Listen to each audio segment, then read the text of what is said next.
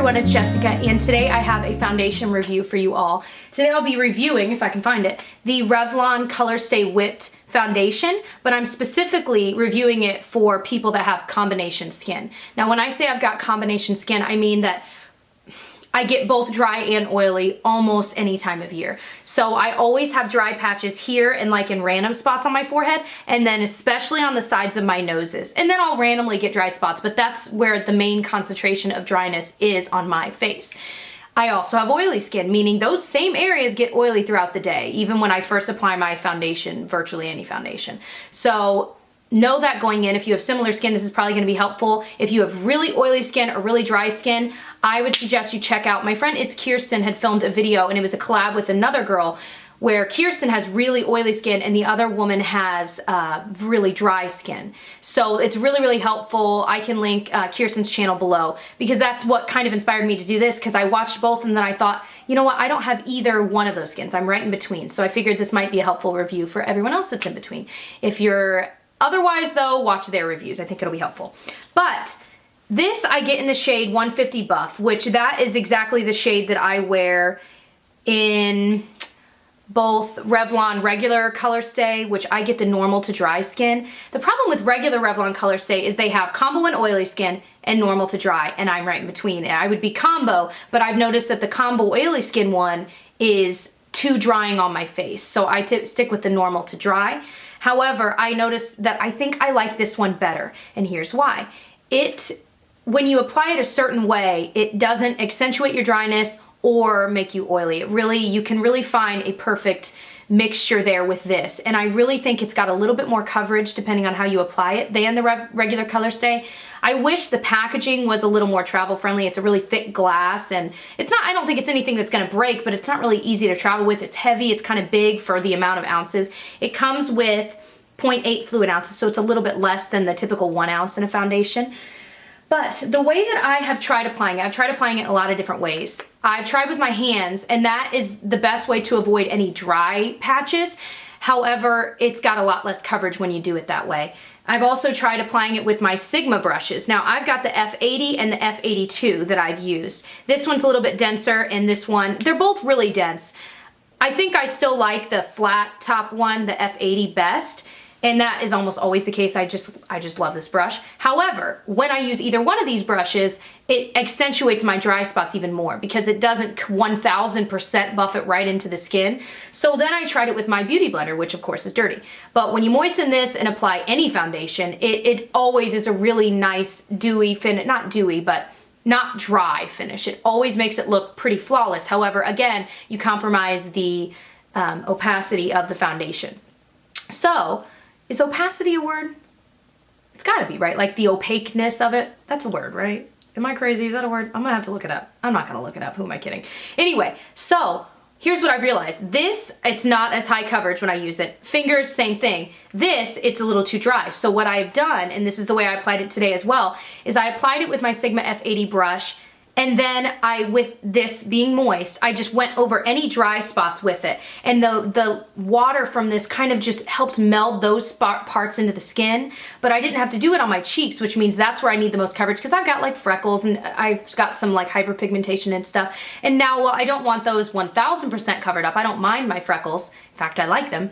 I don't want it, I want it to be a little more high coverage. That way when I put a blush on, it really stands out and it doesn't look all muddy because of freckles and things like that. So I apply it with this brush, then I go over dry spots with this, with nothing on it. Of course it's dirty, but with nothing on it just to help meld it into the skin. And it is perfect. I love the way it applies it. Now, of course that stinks because you're using so many tools, but I really do love, I'm wearing it today, like I said, and I love the way it makes my skin look. It really is just the perfect in between, one of my favorite drugstore foundations.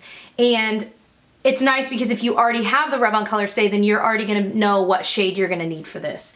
Now, another thing that I've tried, and it makes me laugh because it was such a fail, I was like, you know what? I wonder if this would be a little less drying if I mix some Argan Oil with it. Oh my gosh. It literally, I gotta show you what it does. Okay, first of all, I haven't even shown you the consistency of it. It really is a lot thicker than most, of course, because it's kind of like a cream whipped foundation.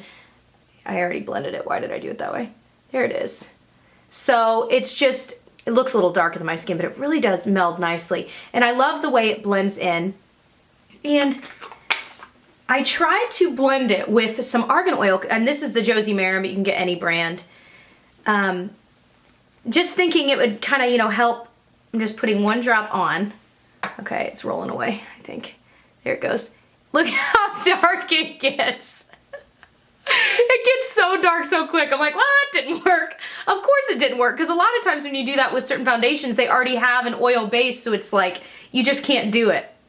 It's so bad. I laughed so hard. And of course, I don't have anything to wipe this off. Hold on. Oh my gosh.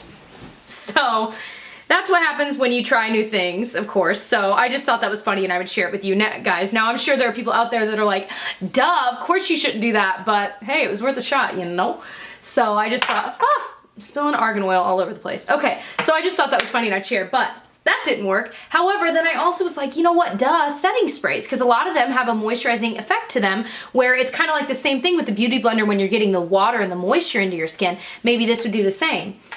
The MAC Fix Plus, I got the smaller size because I'd never tried it before and I really don't use it all that often, but I know that didn't even,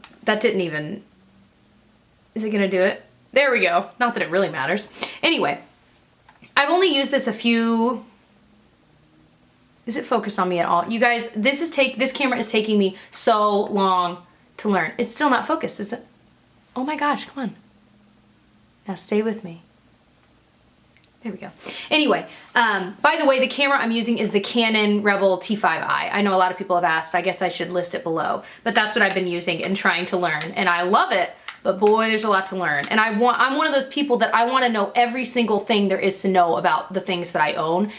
And this is a camera where I look at the book and I watch tutorials online and I'm like, there's no way for me to know everything there is to know about this camera. There's so much about photography I just don't understand yet. I say yet because I will one day. But anyway, MAC Fix Plus, this video makes no sense. I'm sorry. And if you're watching this and you're like, who is this girl? I never watch her videos. You're probably like, I'm never watching them again because she's crazy. But that's just the way I roll. Fix Plus, it's too dewy with this foundation, I think. I think it can work, but if you are prone to that oiliness, I think this was almost too much. I think this one was perfect though, the Urban Decay All Nighter. Of course, this is the old packaging, but this one was great because it helped kind of meld it into the skin and get rid of that dry lookingness of it, but it held it on all day and it wasn't too dewy. So I really liked this. e.l.f. also has a good one, the e.l.f. Makeup Mist and Set. It's got a bunch of vitamins kind of like this, which I like, but I don't have it anymore because I've run out of it. By the way, what I'm wearing on my lips is the Mirabella Sweet Velvet Lip Pencil, and I got this in a BOXYCHARM, and I really, really like it. And I don't know what color it is though, but I think it is so freaking pretty. Is that not gorgeous? And so I'm wearing it on my lips today and I really like it. Shoot, but I just wish I knew what color it was because it doesn't say it anywhere. Anyway, well, now that I blabbered on about nothing, I hope that review was helpful for you guys. Let me know what your experiences have been with this foundation. And if you have any other drugstore foundations that you would like me to review, please list them down below because I'm always wanting to try new mascaras, foundations, and also I have a lot of foundations that I haven't reviewed because I'm not sure how much of an interest there really is in it. So hopefully this was helpful and I'll catch you guys very soon. Bye.